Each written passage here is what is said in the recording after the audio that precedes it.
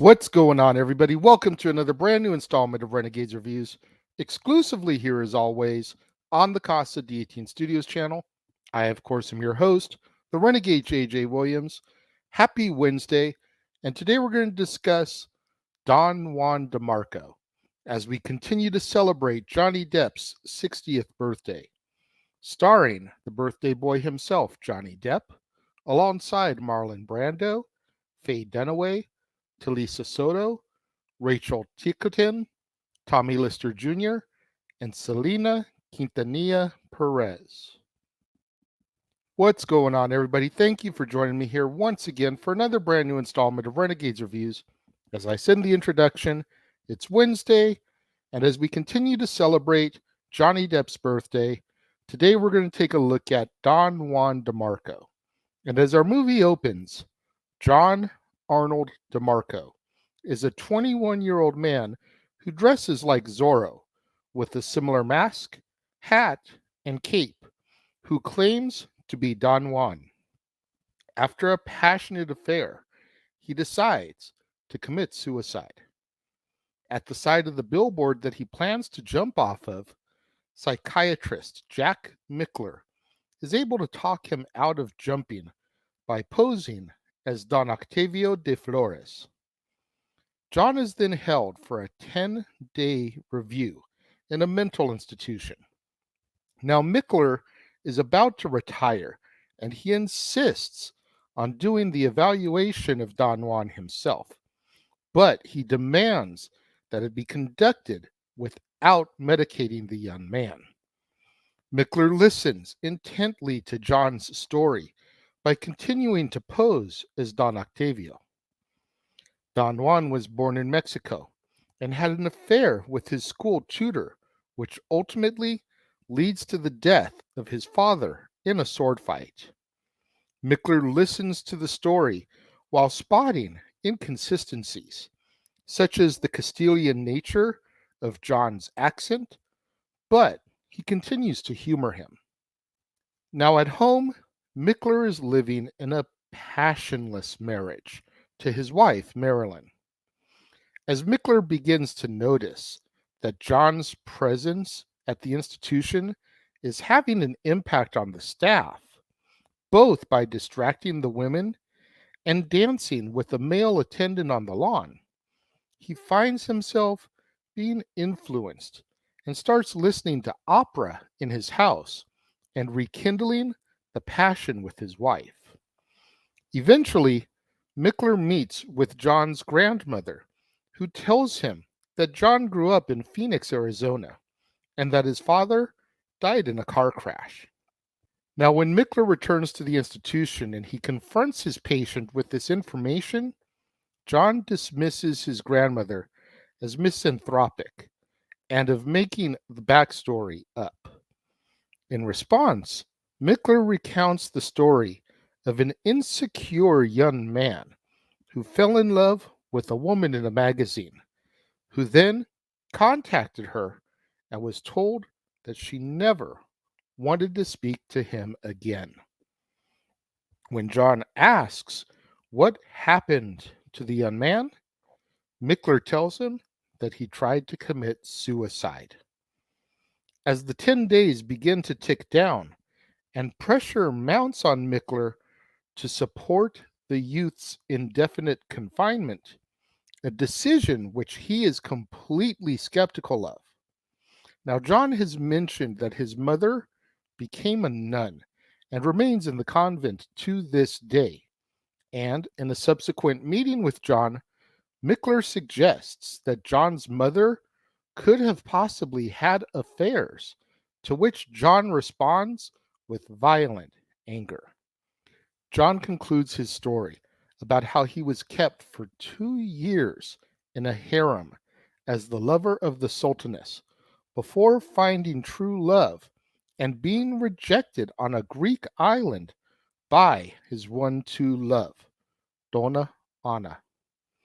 Mickler tells him at the story's end that he believes that John is in fact Don Juan Demarco, the greatest lover that the world has ever known.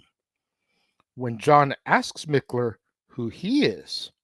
He says, I am Don Octavio de Flores, and that John has seen through all of his masks. At the end of the 10 days, Mickler is able to convince John to take his medication and makes him understand that not everyone believes that he is Don Juan. Right before his retirement, Mickler and John meet with the board, with John in his street clothes. He speaks with an American accent and acknowledges that he was born in Queens, New York. His father was killed in an accident, and his mother was unfaithful to his father. John is then released and accompanies Mickler, along with the doctor's wife, Marilyn, to the remote island that Don Juan has described, where he met his true love, as our movie comes to its end. This movie was just superb. I had never seen this one before, and as I've often questioned myself when I see a movie that's been out there for this many years, I have no idea why I didn't see it before. Maybe just because at the time it was coming out, I wasn't super huge on Johnny Depp. I wasn't super huge on romantic love stories, but that as your tastes change as you age, you should be willing to come back to these type of things. And for whatever reason, I just never came back to this movie.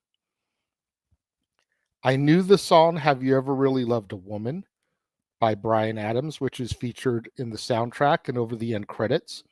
You hear the melody of it multiple times throughout the movie. You even hear it being performed in Spanish a couple times throughout the movie. So that song definitely has its roots within the concept and the story of Don Juan DeMarco. I think something very interesting to point out is also something very tragic when you think about it.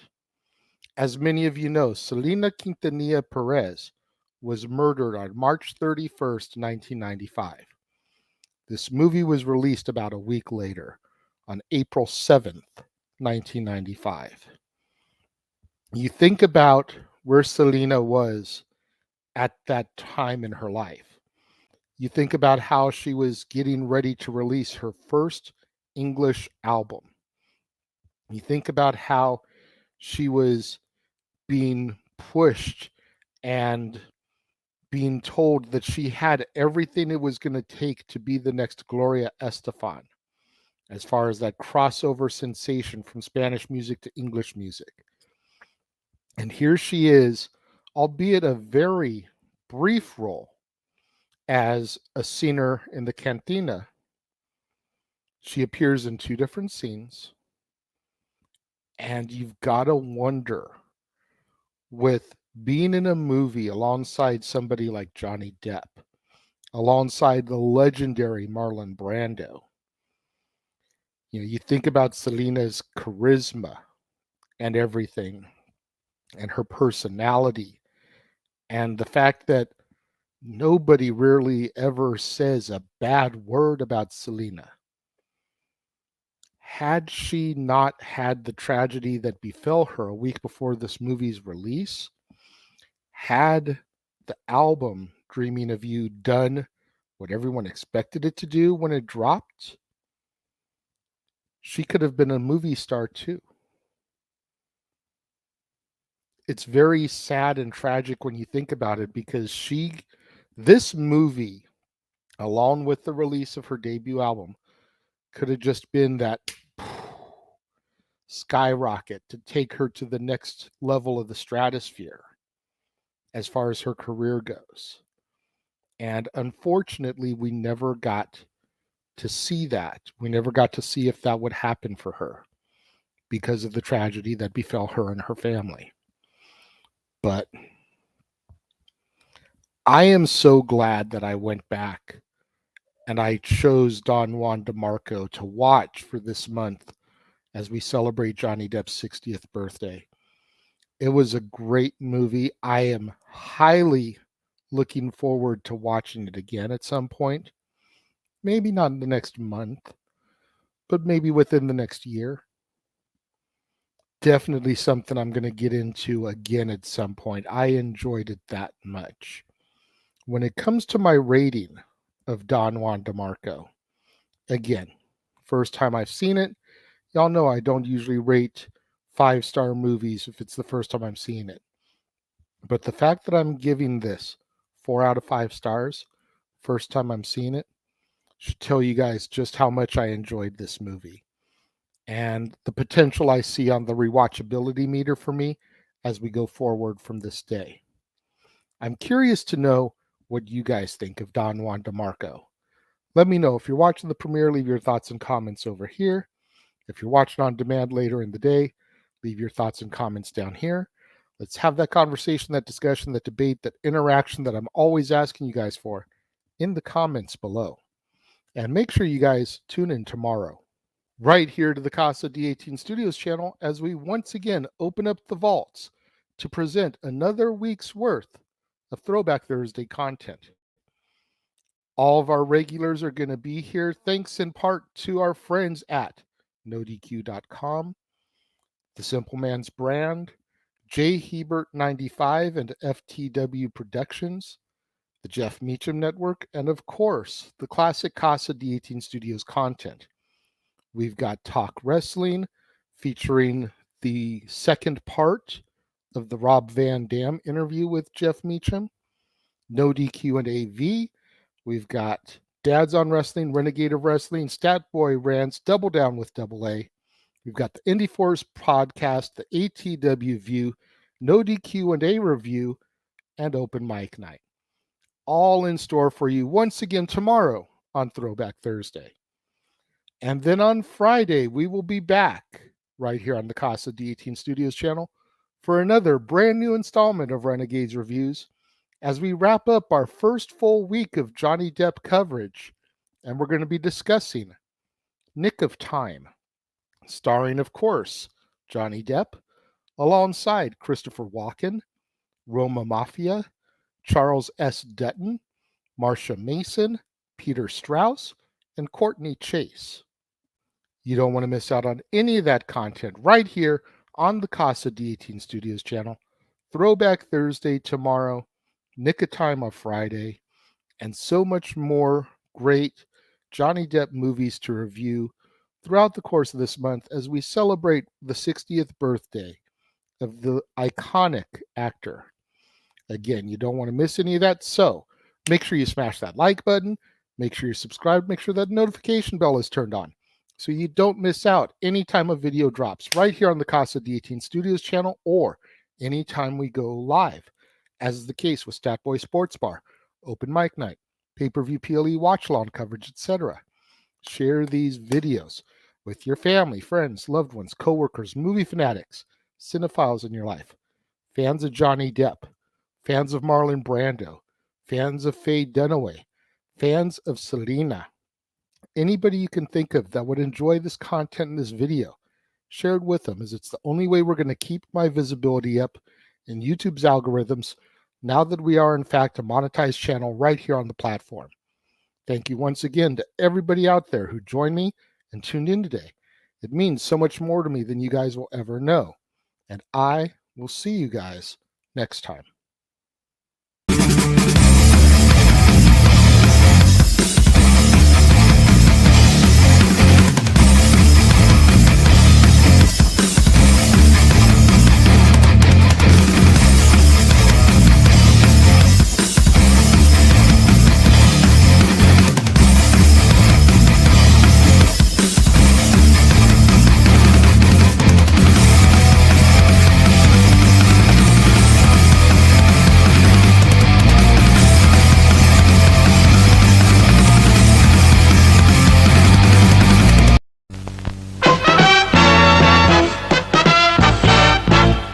And now, preview time.